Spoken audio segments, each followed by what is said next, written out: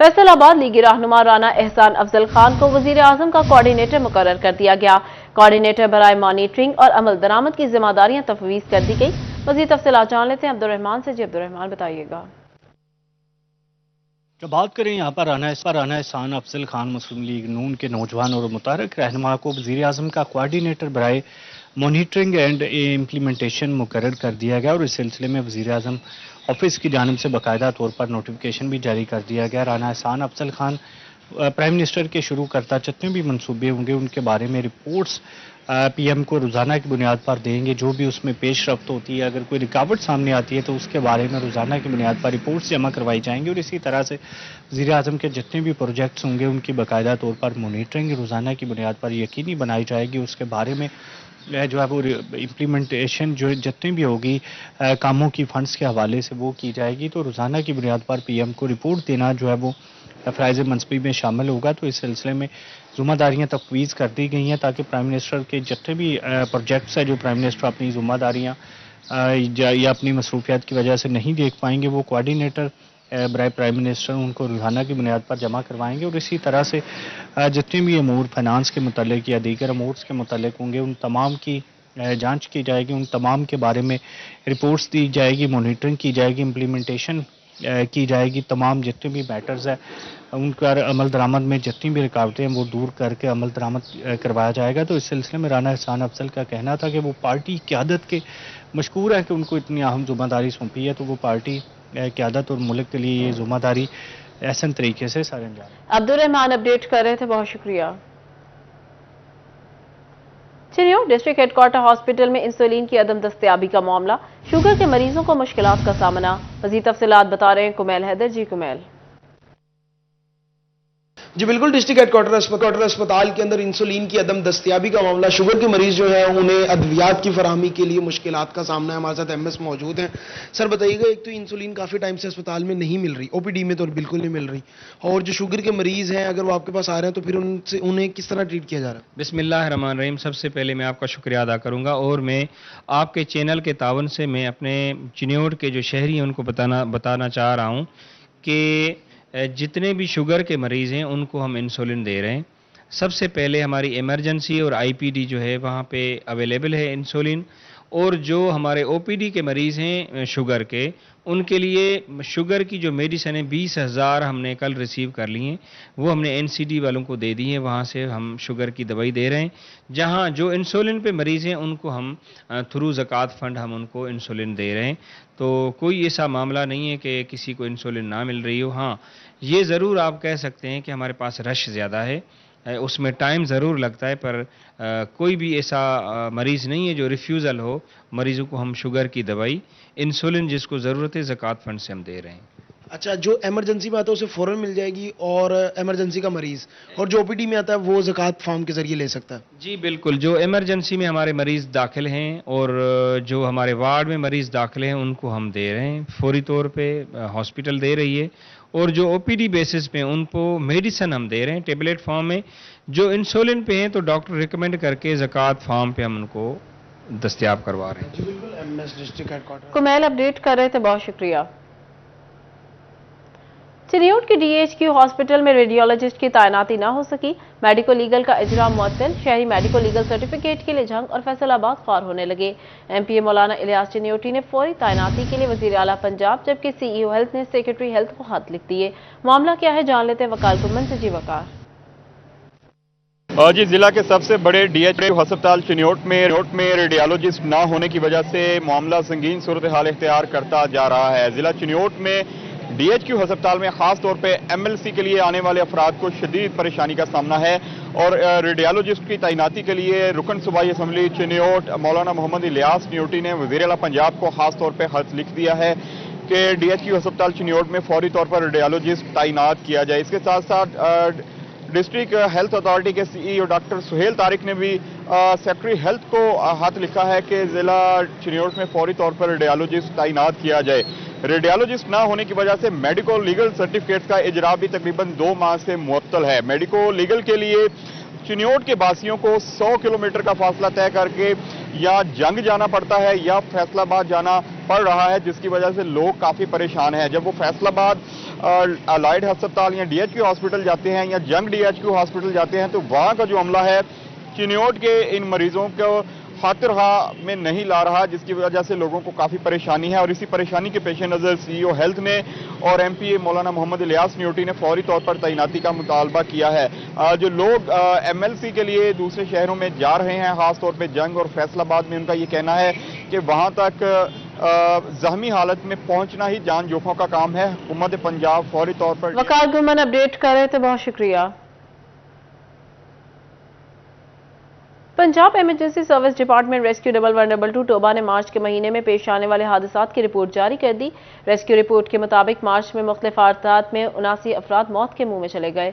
मजीद तफसीलात बता रहे हैं अहमद नदीम। जी अहमद। जी बिल्कुल, Punjab emergency service rescue 1112 Toba Tek Singh ने मार्च के महीने के दौरान पेश आने वाले हादसा की तफसीलात जारी कर दी हैं। मार्च के महीने के दौरान जो है वो टोबा टेक सिंह रेस्क्यू स्टेशन को जो है वो 10,681 जो है वो कॉल्स मसूल हुई हैं, जिसमें से जो है वो 3,181 एमरजेंसीज को रेस्क्यू 1112 ने डील किया है, जिसमें जो है वो 54 क्राइम की वारदातें जो है वो पेश आई हैं, 18 आग लगने के वाक़यात पेश आए, जबकि 2,276 जो है वो मुख्तलिफ एमरजेंसीज को डील किया। इसी के साथ साथ जो है वो 646 रोड ट्रैफिक हादसा जो हैं वो पेश आए हैं। इसी के साथ साथ जो है वो डूब का जाम होने वाला एक वाक़यात पेश आया। जो इसके साथ साथ जो है वो पेशेंट रेफरल सिस्टम के जरिए रेस्क्यू 1112 टोबा टेक सिंह ने 131 मरीजों को जो है वो एलाइड हॉस्पिटल फैसलाबाद जो है वो शिफ्ट किया है। ताहम जो है वो रेस्क्यू को पेश आने वाली मुश्किलात में सबसे बड़ी जो है वो मुश्किल जो है वो रॉन्ग कॉल्स हैं। ताहम जो है वो इस माह के दौरान जो है अहमद नदीम अपडेट कर रहे थे, बहुत शुक्रिया। 18,000 में गैर कानूनी मिनी पेट्रोल पंप्स पर स्मगलशुदा तेल की फरोख्त जारी। गैर कानूनी फिलिंग स्टेशन किसी हादसे का भी सबब बन सकते हैं। आपको अपडेट करें, 18,000 में गैर कानूनी मिनी पेट्रोल पंप्स पर स्मगलशुदा तेल की फरोख्त जारी है। इसी पर बात कर लेते हैं ब्यूरो चीफ जंग मोहम्मद रमजान मिर्जा से। जी रमजान।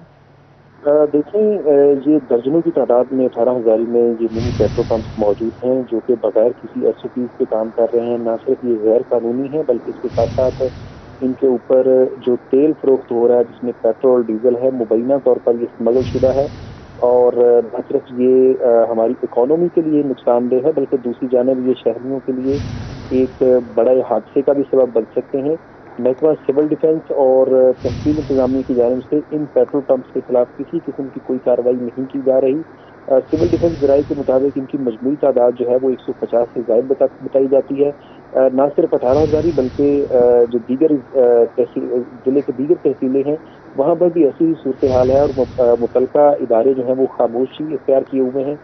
इस हवाले से शहरियों की अपील है कि इस मसले को हल किया जाए और इन मिनी पेट्रोल पंप्स जो कि गैर कानूनी तौर पर चलाए जा रहे हैं उनको बंद किया जाए। जी रमजान मिर्जा अपडेट कर रहे थे, बहुत शुक्रिया।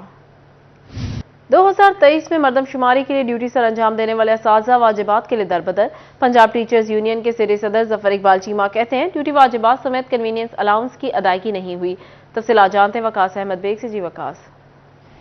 आज बिल्कुल साल 2023 में होने वाली मरदमशुमारी के सेकंड फेज में ड्यूटी सर अंजाम देने वाले तमाम तर अमला को ना तो उनके बकायाजात जो हैं वो अदा किए जा सके और ना ही कन्वेंस अलाउंस दिया जा सका है। मुख्तलिफ स्कूल्स के टीचर जो हैं वो खासे परेशान हैं अलाउंसेस ना मिलने के बायस, जो गाहे बगाहे डिप्टी कमिश्नर ऑफिस के चक्कर भी लगाते रहते हैं कि ईद से कब जो है कम अज़ कम वो अलाउंस वो वापस कर दिए जाएँ। एक टीचर हमारे साथ भी मौजूद हैं, उनसे पूछेंगे। इसलिए बताइएगा कि मरदमशुमारी में सेकंड फेज में ड्यूटी की क्या कहते हैं, अब तक अलाउंस जो है कन्वेंस अलाउंस हो गया, दीगर जो वाजिबात थे वो क्यों अदा नहीं किए गए?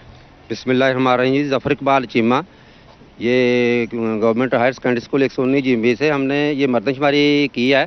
तो हमें सर सेकंड फेज़ के पैसे नहीं मिले और बार बार कई दफ़ा ये आए हैं, लेकिन मुतबर ज़राए से पता चला कि आ गए हैं। लेकिन हमारी ये रिक्वेस्ट है कि ईद से पहले पहले अगर हमें मिले जाएँ तो बहुत नवाजिश होगी। और दूसरा जो कन्वेंस अलाउंस के पैसे हैं वो सुना है कि दूसरे ज़िलों में मिल गए हैं 7-7 हज़ार रुपया, लेकिन हमारा उसका अभी कोई पता नहीं चल रहा।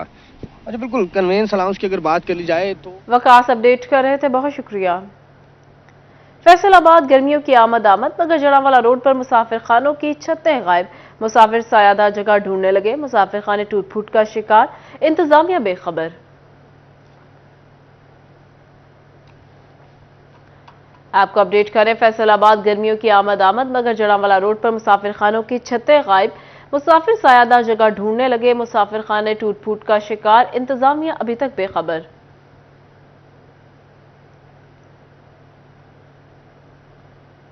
फैसलाबाद अलाइड हॉस्पिटल 1 की सीटी स्कैन मशीन 3 रोज से खराब, मरीजों को मुश्किलात का सामना है। आपको अपडेट कर रहे हैं अलाइड हॉस्पिटल के हवाले से, जहां पे सीटी स्कैन मशीन 3 रोज से खराब है, मरीजों को शदीद मुश्किलात का सामना है। इसी सिलसिला में मजीद तफसीलात जान लेते हैं अज़ादार हुसैन से। जी अज़ादार, बताइएगा। जी बिल्कुल, अलाइड अस्पताल की जो सीटी स्कैन मशीन है अलाइड अस्पताल 1 की, ये 3 रोज से खराब है और ये कोई नई बात नहीं। आए रोज जो है वो अलाइड अस्पताल 1 की सीटी स्कैन मशीन का जो है वो खराब रहना मामूल बन चुका है। कभी MRI मशीन खराब है और कभी सीटी स्कैन मशीन खराब है, जिसका खुमियाजा जो है मरीजों को इलाज ना होने की शर्त में जो है भुगतना पड़ा है। फैसलाबाद डिवीजन का सबसे बड़ा अलाइड हॉस्पिटल 1 है, जहाँ पे हुकूमत की जानिब से सीटी स्कैन मशीन जो थी वो फराहम की गई थी और आए रोज मशीन खराब रहने से जो जेर इलाज मरीज है उनमें भी मर्ज की तशखीस नहीं हो पा रही और जो मरीज मुफ्त जो है सीटी स्कैन की गर्ज के हवाले से अलाइड अस्पताल 1 का रुख कर रहे हैं, तो वो भी सीटी स्कैन खराब होने के सबब जो है सीटी स्कैन की सहूलत से मुस्तफीद नहीं हो पा रहे, जिसके सबब उन्हें अलग से मुश्किलात का सामना करना पड़ रहा है। ताहम इस सिलसिले में अलाइड अस्पताल 1 की इंतजामिया का ये कहना है कि इंजीनियर काम कर रहे हैं और इस सिलसिले में उम्मीद है कि जल्द सीटी स्कैन मशीन जो है वो फाल बना दी जाएगी। अज़ादार अपडेट कर रहे थे, बहुत शुक्रिया। तानियावाला में STO city sub division Umar Amin bogus TA ना बनाने पर बिफर गया और अकाउंट ब्रांच में अकाउंट ऑफिसर साथ बदतमीजी करते हुए सरकारी रिकॉर्ड फाड़ दिया। अकाउंट ब्रांच ने एहतजाज करते हुए दफातर की तालाबंदी कर दी।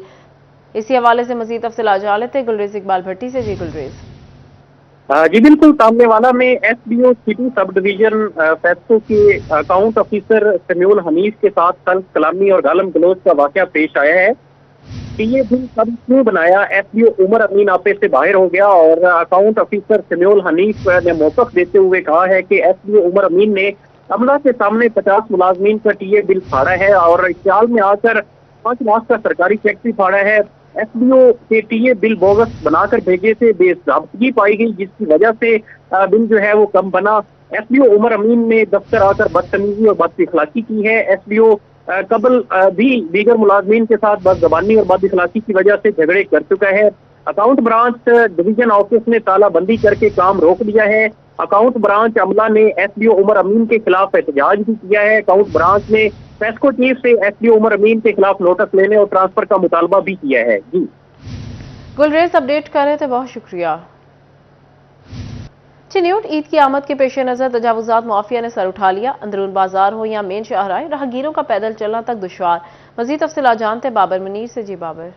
बिल्कुल जी, ईद की आमद है। तजावजात माफिया एक दफ़ा फिर से बेलगाम हो गया। अंदरून बाजार हो या मेन शाहराएँ, जो दुकानदार हैं उन्होंने दुकान का सामान बाहर फुटपाथ पर या रोड पर रख लिया, दुकान खाली है, जिस वजह से पैदल चलने वाले राहगीर मुश्किलात से दो चार हैं। इसके साथ साथ जब दुकानदार अपना सामान जो है वो रोड पर रख लेगा, पैदल चलने वाला ऑटोमेटिकली रोड से उसका चलना दुश्वार होगा, हादसात का सबब बनेगा। इसी तरह मेन शाहराह जो अंदरून बाज़ार है वहाँ पर भी सूरत हाल जो है वो कोई मुख्तलिफ नहीं है, जिस वजह से स्पेशली जो ख़वातीन हैं उन्हें ख़रीदारी में शदीद मुश्किलात का सामना करना पड़ रहा है। शहरी मौजूद हैं, क्या मुतालबा करेंगे? फिर से तजावजात माफिया ने सर उठा लिया ईद आते ही। मैं DC चनियोट ਨੂੰ गुजारिश करांगा कि जिस तरह ईद नेड़े आ रही है, हर औरत हर मर्द ने बाजारां जाके शॉपिंग करनी है। रश बढ़ गया है, एहतिकाफ ते लोग बैठ गए ने।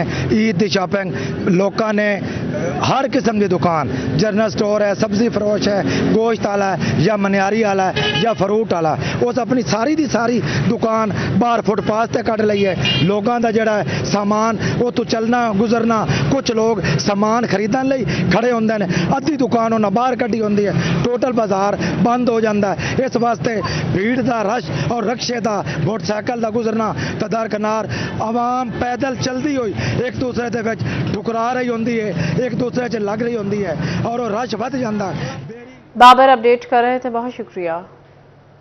फेस्को के बिजली के खंभों पर दीगर कंपनीज और केबल की तार गुजारना जुर्म करार। बगैर मुआहदे के फेस्को पोल से अपनी तारें गुजारने वाली कंपनीज के खिलाफ कार्रवाई का फैसला।